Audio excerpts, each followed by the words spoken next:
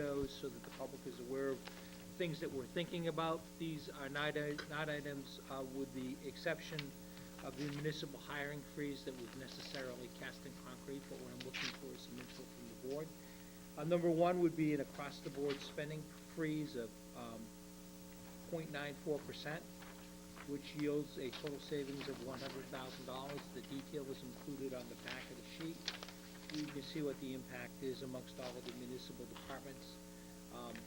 Note that the major departments that would feel this would be the police department, $29,126, the fire department at $21,674, and the Department of Public Works at $19,246. Municipal departments have been asked to go back and report back on how they intend to achieve those savings. But what we would do is we would have accounting actually go ahead and make a charge and reserve these amounts so they could not be expended under any circumstances. It would not be left to the departments to kind of meet this figure or attempt to meet this figure. This would be a number that would be provided to them. When you talk about public works, this is includes water? No, it includes everything but water. Everything but water. Everything but water would be included in here. So the enterprise Would not be included. is not included. Okay. Right. Go ahead. Mr. Balakonis, thank you, Go Mr. ahead, Chairman. I'm sorry. On November 3rd, the department heads submitted a memorandum to us, and they had proposed, in lieu of layoffs, a 1.4% across the board cut. Yes. Why? I would suggest that that's what we should be looking at instead of the 0.94%. Sure. That's something that they proposed to us. And given the fact that from January to February, if our state aid gets reduced, I think we should be prepared to cut more than $100,000 from the downside. Selectman Delaney, I think that's a good point. The 1.4 number was based upon a total cost savings of municipal departments of $150,000. So the 0.94 is for the 100. 1.4, as you mentioned, would relate to 150. It's up to 111,700 based on this number. Right. It's only 111,000. The 1.4? Yeah, I took it 10 million. Allow me to find the detail because I have a different number and it's in the back room, but I will get it because that's a The 1.4%.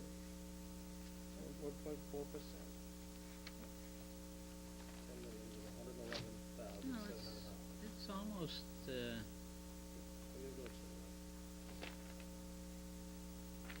if 0.94 is to 100,000, as 1.4 is I to... did 1.04, I'm sorry, Yeah. you're right, 150, I'm sorry, because I did 1.04. So it's really up to the board as to whether you wish to pursue the higher number or the lower number. My proposal was the 0.94 because that matches the presentation that was made by the board at last week's public hearing. So, Well, I think that I would prefer us to freeze the 1.4 number.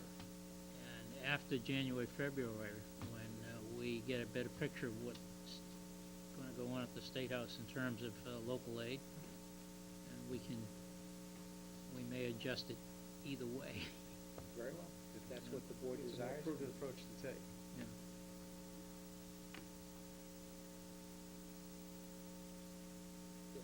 I concur, but here's the 1.4, and we can come back and revisit it as the story continues to unfold. Yeah, we have two issues here too, is because we're going to be dealing with the 2010 budget, and we may take action here to permit some reserves to flow into the 2010. It would allow for some reserves and also reduce the amount of carry forward into the fiscal year. So it's like that. The one thing that I'm very concerned with, I've had this discussion with Greg, is, and I use that slide with the bucket with the tax liens, that money that's saved, that's sitting there and not allocated, potentially gets wiped out if tax liens reach those numbers. So we need to find some way of working around that issue. Board members, number 2 is the hiring freeze. You've already discussed and voted that. However, the amount of savings is not known. It won't be known until we establish a monetary value with those positions that we don't freeze, but we already do have positions that we're holding up right now. Right, plus part of the freeze is related to at least one person that's no longer on, but we owe some amount of money to, as far as, benefits go, right? Absolutely. Number 3 would be a proposal not to print the 2008 annual town report. The town report could be made available online as a PDF document, and I think that that's what we've done as a courtesy for our residents. There'd be an immediate cost savings of $5,000. If we were to do the same for our town meeting warrants, both April and October, by not printing and mailing those, we would achieve an estimated savings of $7,000. Just by Yeah, simply this curtailing is, those two now this items. is a savings, a savings that comes about by the fact that we've spent money on technology in the building, and now maybe we're finally getting some payback for it. The town website, allows most citizens to, that at least have access to be able to pull down a document and print it. Because those that don't, though, would there be some means of providing, if they came to town hall, to get a copy of something? Certainly, in terms of the town meeting warrant, we could do that. It'd be more difficult to achieve with regard to the annual town report, since, it's a fairly large document.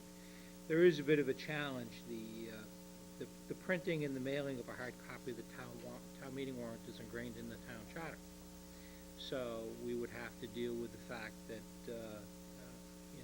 we could do this on a temporary basis, but overall, in terms of a long-term solution, we would need to look at this as part of a review of the charter. It's actually in there. Yeah, I was just gonna say, I think we have some legal requirements as far as notification and how to notify. Right. That's it. We could work with providing a notification, for example, via postcard. My experience in other communities is rather than sending out the full verbatim text of the warrant, you simply send out a postcard to every resident, and that then has the link or directs individuals to town hall where they could receive that information. That may be a way around that to achieve some of the savings. Member of the fiscal advisory committee's got his hand up. He's got a question? I was and- just curious why you couldn't just direct people to the library, spend all this money to have internet access to the library and all those computers, or post a copy of it. Number 4 would be to suspend the annual vacation leave buyback for municipal employees. This would require that employees use their accrued vacation time. Typically, it expires at the end of December. The town's practice is to pay those people for unused time. If we were to suspend that and say to our employees, you have until, I'm throwing out a date of March 30th, 2009, I estimate that the savings this year would be about $35,000. Question, would there be any contractual issues there, Craig, on that? I'm not proposing this, the number that you see right here does not apply to police and fire. Typically, the police and fire do buy back time.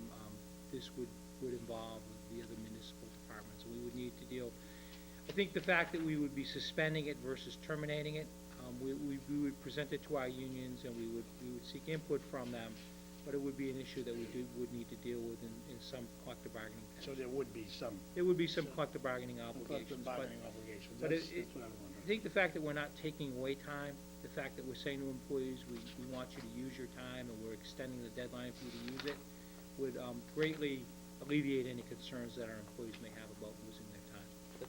Oh, I see, what you'd be, excuse me, so what you'd be looking for is for them not to buy it back, but give them more time to use it. Correct. Right We now, will they have contractual issues with right that. now, they have December 31st to use it, and what we're simply saying is, we'll bump out that time because we realize that it's short to have people to schedule time right now, give them some additional But time. this is actually a decrease in pay for these people, because Right. people Correct. that don't use the time Right, they buy it. then get paid the additional days There'll on be, top of there'll be their regular contractual salary. issues with that. I'm just throwing Yeah. these. No, I'm just Idea. giving I you think my you wanna opinion. hear some ideas? Yep. I didn't offer ideas at No, the meeting a no, week ago, I'm no, offering this I'm is just ideas giving you tonight. my opinion, that's all. This is good, I'm with you. Number 5, eliminate conferences and training seminars. Realize that this is a half-year savings. Half-year savings is about $2,500. Full-year savings would be about $5,000. This would be for our managers that attend different training seminars and programs. We would cut back, and this would be the cost of registration fees. Some of our people attend out-of-town conferences where they're at hotels, and we pay their lodging and their meal expenses. So this would basically be pulling those amounts back and saying that we can't afford them for this fiscal year. I think we should move forward with that right now. Adopt it. I think it's a reasonable approach. Suspending the purchase of library books and media. I'm always surprised with the number of purchase orders that come through every year for books, AV materials and such, audio tapes. I don't know what the savings are, but I do know that the town does expend a substantial portion or a significant portion of the library budget every year. And again, the intent wouldn't necessarily be to take those monies back and say, we're not gonna do it again. It's just given fiscal reality that we would curtail the spending for the remainder of this fiscal year in an effort to save some additional monies. One question I would have is that a certain amount of money comes in from the state Right. for the library, and I thought I understood it was dedicated to the purchase of the books and media. I don't know if there's any hooks on that. There's also something tied to our certification too, I Mhm. think, as far as the spending. Yeah, right. So, yeah, we're always on the cusp.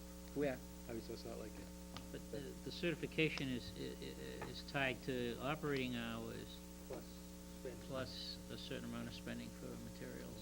I'd wanna look at it because I remember in the budget process that we just went through, it was indicated that we needed to appropriate the monies. Now, whether we actually expend them or not is another question, but my recollection was the appropriation satisfies the need under the state library system. But could look at that. Number 7 would be deferral of capital expenditures until late in this fiscal year. As you know, we voted about $750,000 in capital expenses at the October town meeting. It would basically say that we wouldn't be paying short-term interest. There would be a small savings for this year. Obviously, if we were to defer our capital program, conceivably, we could have a 6-month savings in short-term interest on that $750,000. There is a positive negative implication. As you know, there's a instability in the municipal bond market and financial markets. Right now, I've consulted with our bond counsel, and it appears as though the market's at least temporarily stabilized. We don't know what the market's gonna be like 6 months from now. So conceivably, by delaying those expenditures, we end up paying more in interest rates down the road. So it is something that we would need to consider. But it is a possibility, and to this point, we did suspend our October town meeting capital program. We did suspend it because it happened at the time where financial markets collapsed, and we weren't sure that we would be able to sell bonds and be able to do short-term borrowings. Oh, I'm sorry. No, I'm sorry, Something else. please jump in. Would this defer the purchase of the senior van? Would that be included in here? I've actually had some discussions with finance about how we might be able to do that. Because that's a safety issue, that van. It is. It's a very, very serious safety issue, too. Well, rather than issuing bans, we would maybe look to do something called an interfund borrowing. The members of the board who've been around for a while may recall that the law allows you to do an interfund borrowing, which is basically to, instead of issuing bans, which is the risk, and certainly wouldn't want to issue bans for $30,000, we could perhaps do an interfund borrowing with the understanding that at the end of the fiscal year, we had to replace those monies. So we need to work through the details on that, Selectman Vino, but I think that there may be an opportunity to purchase the senior van, but probably defer the remaining expenses through the end of the year. Yeah. Well, I think, when I looked at the